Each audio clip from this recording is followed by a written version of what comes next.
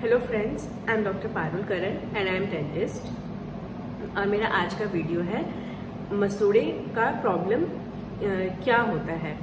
तो मैंने आज के वीडियो को दो पार्ट में डिवाइड किया हुआ था। पार्ट 1 में मैंने आपको बताया हुआ है कि मसूड़े का प्रॉब्लम क्या है और आप उसको कैसे पहचान सकते हैं। और आज की वीडियो में मैं आपको बताऊंगी, ये पार्ट 2 है कि इसके रीजंस, कॉज क्या है और इसका ट्रीटमेंट क्या है। यस, डेफिनेटली अगर आप मसूड़े का प्रॉब्लम आपको स्टार्ट हो रहा है और आप इसको केयर नहीं करेंगे तो ये लॉन्ग टर्म में आपको आगे जाकर के और भी प्रॉब्लम क्रिएट कर सकता है। It can go to your bone level also. ठीक है, तो अगर आपको ये गम्स का, मसूड़े का प्रॉब्लम है तो आप डेफिनेटली इसको चेकअप करा लीजिए। नाउ कमिंग टू कॉजेज, अगर आप क्या क्या कॉज कर सकता है। फर्स्ट है कि जेनेटिक, अगर आपके पेरेंट्स को ये चीज़ है तो यस 70 to 80% रहता है चांसेस कि आपको भी हो सकता है। कभी कभी नहीं भी होता है, कभी कभी हो जाता है, तो एक जेनेटिक फैक्टर भी है। सेकंड है, अगर कंटिन्यूसली वायरल इन्फेक्शन है या फंगल इन्फेक्शन है तो भी एक चांसेस इसका रहता है कि आपको गम्स का इन्फेक्शन, जिसको हम जिंजाइवा बोलते हैं, गम्स का इन्फेक्शन हो सकता है। थर्ड है कि अगर आपने अच्छे से ओरल हाइजीन नहीं मेंटेन किया है, जिसको हम बोलते हैं प्लाक। अगर प्लाक कंटिन्यूसली आपके दांत पे चिपका हुआ है, वो एक्चुअली थिन लेयर होता है, क्रीमिश लेयर होता है, थिन सा रहता है, वो आपके दांतों में अगर चिपक करके है और आपने उसको साफ से क्लियर नहीं किया हुआ है, then it can lead to tartar. मतलब इन लॉन्ग टर्म आपका प्लाक एक्यूमुलेट हो करके वो टार्टर बन जाता है, जो कि वो स्टोनी हार्ड रहता है and it has lots of bacteria, bad bacteria. Okay, तो वो आपको धीरे धीरे गम्स को इरिटेट कर देता है। लाइक आपके गम्स को वो इन्फ्लेम कर देगा, पेनफुल कर देगा, ब्लीडिंग गम्स बना देगा। इसलिए अगर आपको प्लाक है तो भी आपको ये चांसेस हो जाता है कि आपको गम्स का इशू हो सकता है। Now coming to another factor, कोई से ड्रग्स भी होते हैं जो कि पेशेंट उसको नहीं स्टॉप कर सकते हैं बिकॉज उनको सिस्टमिक डिजीज होता है। लाइक कभी कभी कार्डियक प्रॉब्लम होता है या फिर डायबिटीज होता है या फिर कोई से ऐसे डिजीज हैं, बीमारी हैं जिसमें पेशेंट मेडिसिन नहीं छोड़ सकते हैं। तो इन दैट केस ऑल्सो कोई से जो ड्रग्स हैं वो प्लाक बहुत ज़्यादा दांतों में फॉर्म करते हैं, बनाते हैं। तो in that case regular visit, अगर आप 6 मंथ पे या 12 मंथ्स पे अगर आप डेंटिस्ट को विजिट करते हैं, regular visit can help this out कि आपको जो प्लाक एक्यूमुलेशन हो रहा है दांतों पे, जो जम रहा है प्लाक, वो आपका कंटिन्यूसली 6 मंथ्स पे या 12 मंथ्स पे क्लीन हो रहा है, तो it won't lead to tartar. अगर आपका टार्टर नहीं बन रहा है तो गम्स आपका इन दैट केस सही रहेगा। Now coming to another factor is smoking. जो लोग स्मोकिंग करते हैं डेफिनेटली उनको भी ये प्रॉब्लम होती है, या नहीं तो कभी कभी ड्राई माउथ हो जाता है, उतना सलाइवा नहीं रहता है मुंह में और ड्राई माउथ रहेगा तो डेफिनेटली ड्राई माउथ में आपका प्लाक, टार्टर बहुत ज़्यादा बनेगा। Then it can irritate gingiva gums.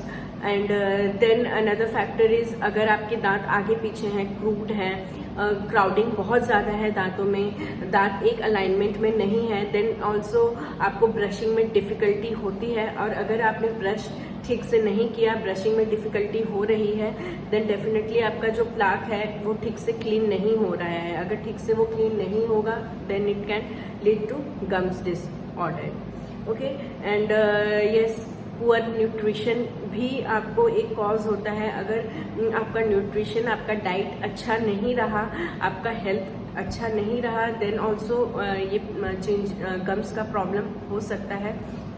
And if you have vitamin C deficiency, अगर आपको विटामिन सी डेफिशिएंसी है, ऑब्वियसली सी आप यू ऑल नो कि साइट्रस फूड में ज़्यादा होता है, तो अगर सपोज आपने अगर आपने ज़्यादा साइट्रस फूड भी ले लिया then it can wear and tear your enamel.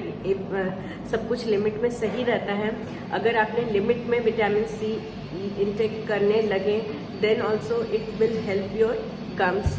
Okay, and then some conditions like जहाँ पे आपका इम्यून कॉम्प्रोमाइज़ होता है, इम्यूनिटी कॉम्प्रोमाइज़ हो जाती है बॉडी की, लाइक एड्स, HIV, तो इसमें भी आपको या फिर कैंसर रहता है तो इसमें भी आपको जो जिंजाइवा है वो आपका इफेक्ट करता है।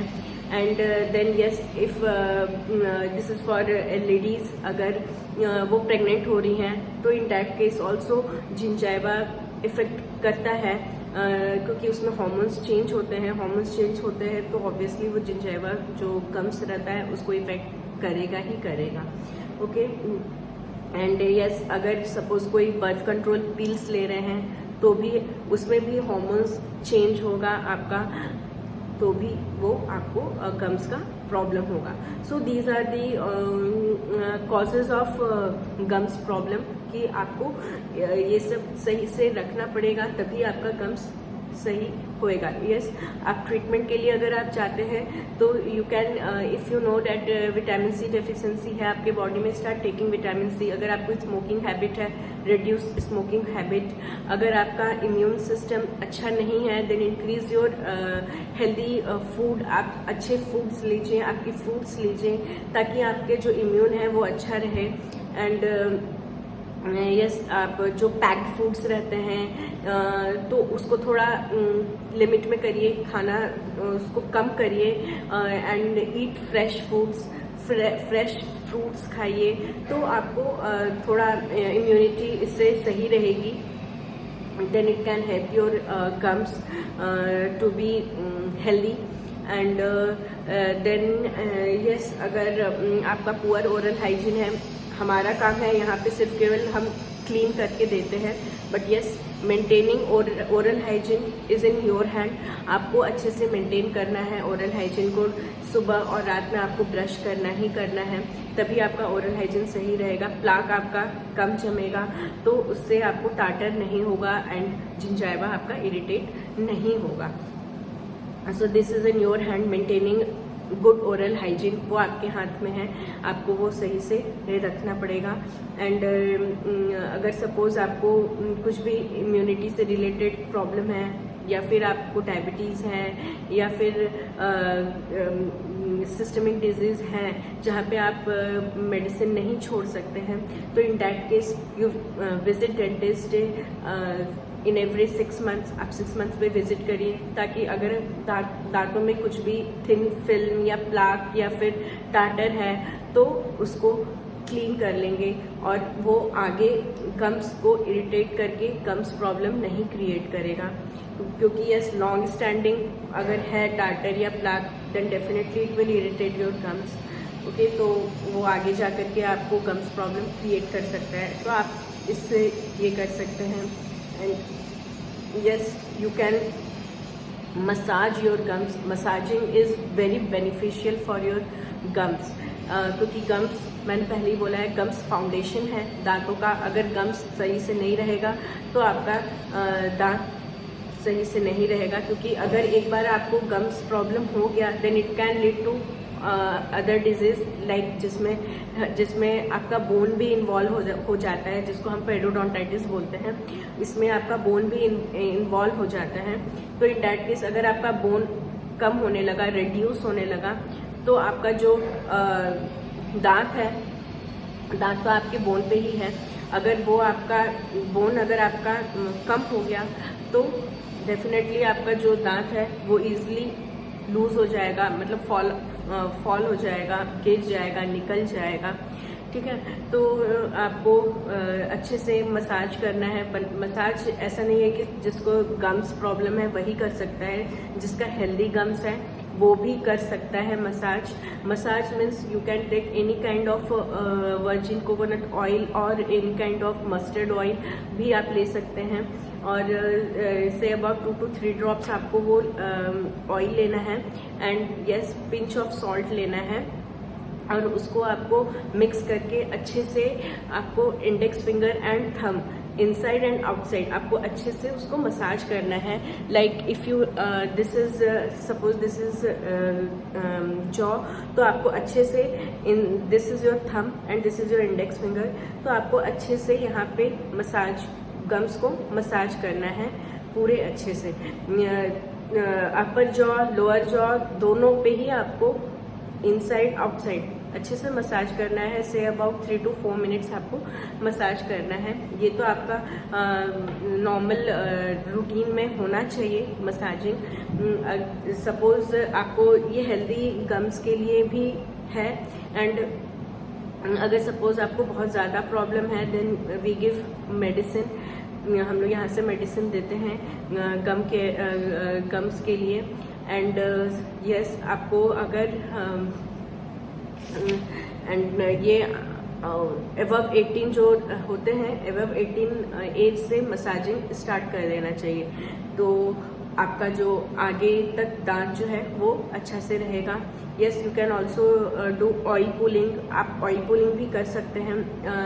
आप कोई सा भी कोकोनट ऑयल ले लीजिए, ईटेबल कोकोनट ऑयल आप ले लीजिए जो हम खाते हैं, वो आप ऑयल ले लीजिए and then keep in your mouth and you have to do like this, you have to keep doing it say about 3 to 4 minutes आप ऐसे करिए, तो इसको हम ऑयल पुलिंग बोलते हैं। ये भी आपका बहुत बेनिफिशियल रहता है, आप इसको करिए तो इससे भी आपका जो गम्स है आपको अच्छा रहेगा, टाइट रहेगा, फर्म रहेगा।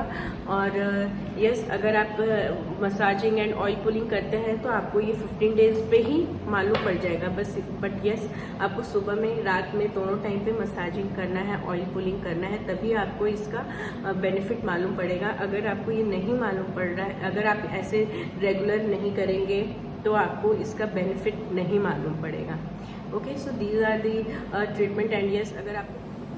एंड यस अगर आपका बहुत ज़्यादा ब्लीडिंग गम्स है या फिर बैड ओडर है, बैड टेस्ट आ रहा है मुंह में, तो इन दैट केस आपको डेंटिस्ट के पास विजिट करना पड़ेगा। And there are some minor surgery होती है, आपको अच्छे से वो क्लीन करके देंगे। बिकॉज हम घर पे तो बस केवल ऊपर से हम दांत साफ़ कर लेते हैं ब्रश से, बट अगर सपोज़ आप डेंटिस्ट के पास आ रहे हैं तो वो आपके गम्स के अंदर तक जा कर के अच्छे से वो साफ़ करेंगे। एंड उसके बाद आपको कुछ फ्यू मेडिसिन, ओरल मेडिसिन दिए जाएंगे एंड गम्स पे अप्लाई करने के लिए भी कुछ मेडिसिन दिए जाएंगे, वो आपको फॉलो करना है और फिर आपका गम्स जो है वो सही रहेगा। And then you have to regular maintain your gums properly and you have to maintain your oral hygiene properly. Okay, thank you. अगर आपको इससे कुछ भी related question है, you can put question on my comment box. I will try to answer it. And अगर आपको मेरा video helpful लगा then please subscribe my video and please share and like. Thank you.